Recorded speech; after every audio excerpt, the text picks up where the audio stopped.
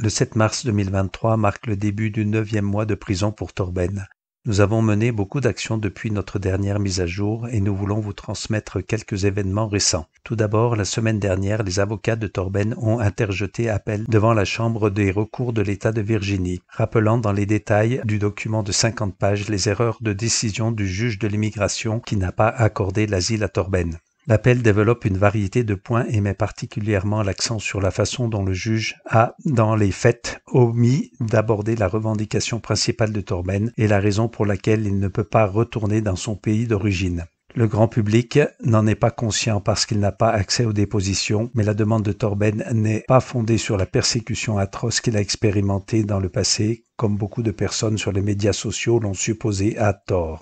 La revendication principale de Torben repose sur un élément de la loi d'immigration appelé « crainte bien fondée de persécution future ». Ceci a toujours été établi, mais encore une fois, le grand public ne l'aurait pas su, étant donné que ces aspects-là de son affaire sont protégés confidentiellement. Il faut bien faire ces distinctions importantes, mais pour des raisons juridiques liées à l'affaire d'immigration en cours, les détails ne peuvent pas être rendus publics à ce stade. Nous vous demandons de prier pour que la plus haute cour entende le cas de Torben et considère son appel. Ensuite, il semble qu'il y ait une campagne en cours pour saboter le travail actuel du ministère de Torben, la dernière réforme. La semaine dernière encore, quelqu'un a essayé d'entraver un événement de formation TLR en Europe au moyen d'une méthode ingénieuse. Ils ont fait de nombreuses fausses inscriptions avec de fausses adresses mail. Comme pour la plupart des événements, la planification des inscriptions est un élément essentiel pour pouvoir anticiper la taille du lieu de rencontre, établir le nombre de chaises à louer, combien de nourriture à prévoir, combien de bénévoles dont on a besoin, entre autres. Donc, s'il y a 400 inscriptions mais que 300 s'avèrent être fausses, cela va causer du tort et du stress pour l'organisation, évidemment. Torben a dû faire face à cela souvent quand il est venu aux États-Unis en 2019. Quelqu'un se donnait beaucoup de travail pour créer des centaines de fausses adresses mail afin de réserver des places aux événements TLR. Cela a pris tellement d'importance qu'ils ont dû commencer à limiter le nombre de places que l'on peut réserver par adresse mail et mettre un dépôt obligatoire de $10 par ticket, remboursable à l'entrée de l'événement. Et alors les choses se sont améliorées. Le volume d'efforts investis pour essayer de nuire au mouvement TLR montre à quel point ses adversaires sont obsédés et motivés. Beaucoup de gens nous demandent qui est derrière tout cela, mais honnêtement, nous vous demandons simplement de prier pour que le Seigneur se révèle aux responsables et les convainc d'arrêter. Beaucoup d'entre vous nous demandent comment va Torben. Eh bien, il est en prison depuis 255 jours, et comme toute personne séparée de sa famille, il y a des hauts et des bas. Nous sommes heureux de vous dire que Torben a récemment connu une nouvelle vague de joie et de force surnaturelle. Il dit avoir une clarté et un enthousiasme formidable dans ce que le Seigneur fait en lui et dans les autres prisonniers. Actuellement, il est en train de préparer une nouvelle mise à jour qui sera publiée ces jours prochains. Ce sera un encouragement pour beaucoup d'entre vous. Bien sûr, Torben désirait être libre dès que possible, mais il sait aussi que le Seigneur est celui qui dira quand cela se fera. Il y a encore des progrès à faire pour établir fermement sa libération et pour blanchir son nom. Le temps passé derrière les barreaux a toujours un prix. Personne n'est à l'abri des pressions injustes produites par la captivité.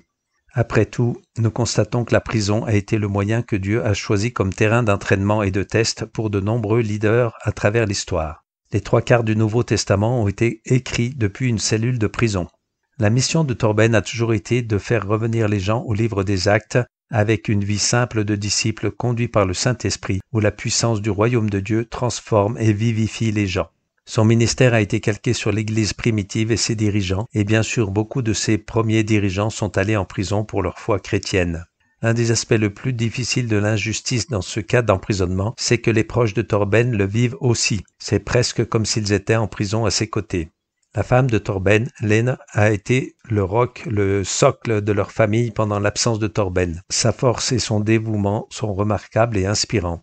Pour ceux qui ne connaissent pas, Lene est musicienne et chanteuse. Elle a récemment ressenti que le Seigneur lui disait de proclamer publiquement sa confiance et sa foi en Jésus, bien qu'elle doive affronter cette injustice.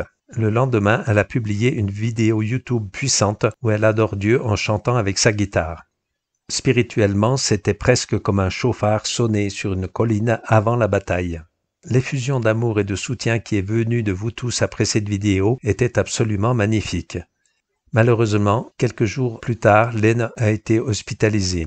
Après 8 mois de combat pour son mari, son corps avait tout simplement atteint un point où il ne pouvait plus tenir. Elle a vécu une dépression nerveuse. Nos corps sont conçus pour nous envoyer des signaux, et c'est exactement ce qui s'est passé. Elle est maintenant sortie de l'hôpital et elle est prise en charge à domicile par sa famille et ses amis.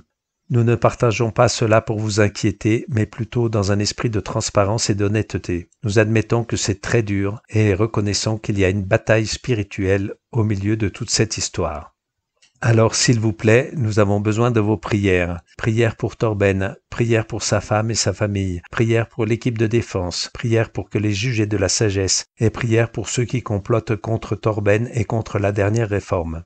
Ces derniers mois, les revenus sont devenus très limités. Le fonds de défense de Torben est presque épuisé, et dans le même temps, l'affaire continue à courir. Ce qui était au départ un sprint est devenu maintenant un marathon. Jusqu'à maintenant, tout l'effort pour la défense a été financé par la grâce de Dieu au travers du soutien du public, mais les gens se lassent et nous le comprenons. Le soutien diminue tandis que les dépenses augmentent. Nous n'avons pas d'autre choix que de demander encore de l'aide. S'il vous plaît, considérez dans la prière votre soutien au fonds de défense de Torben au moyen de friendsoftorben.com. 100% des dons au National Christian Foundation Fund sont alloués à l'effort de défense et de libération de Torben.